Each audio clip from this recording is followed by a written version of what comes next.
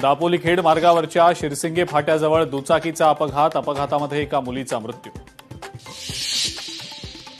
छत्रपती संभाजीनगरच्या नवीन पाणीपुरवठा योजनेच्या कामाला गती. घरगुती नळ जोडणीसाठी नियोजनाचे निर्देश. वर्धा जिल्ह्याला ऑरेंज अलर्ट. विजांच्या कडकडाटासह अतिमुसळधार पावसाचा इशारा.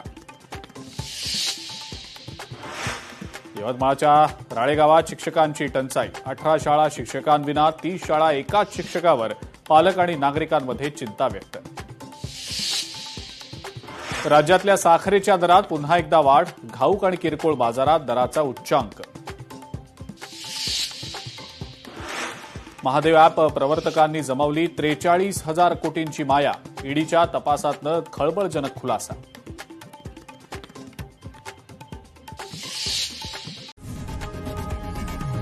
लोकशाही मराठी ऐका, पहा, जागरूक रहा.